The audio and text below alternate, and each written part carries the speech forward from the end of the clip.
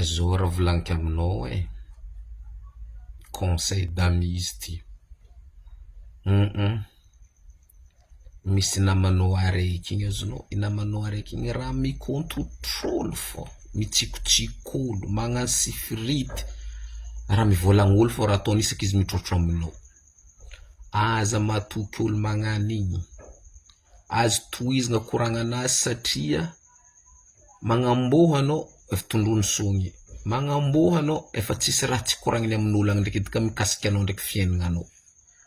Ka fa misy namagna magnano igny amin'ny fiainagnanao, zaho ndraiky edy tsy mivolagna aminao hoe mivolia minamagna aminazy na hoe mijanona minamagna aminazy fô aza dia matoky olo karandregny. Iregny zegny olo karakarazandraha masomporony dirankaka zegny. Azonao le masomporony dirankaka tsy mazavazava. Olo lako amin'ny pala, akeanao anao le tsara. Magnamboha anao tsisy raha manjary raha volagniny mikasiky anao. Zegny koragna anao fô ndraiky edy.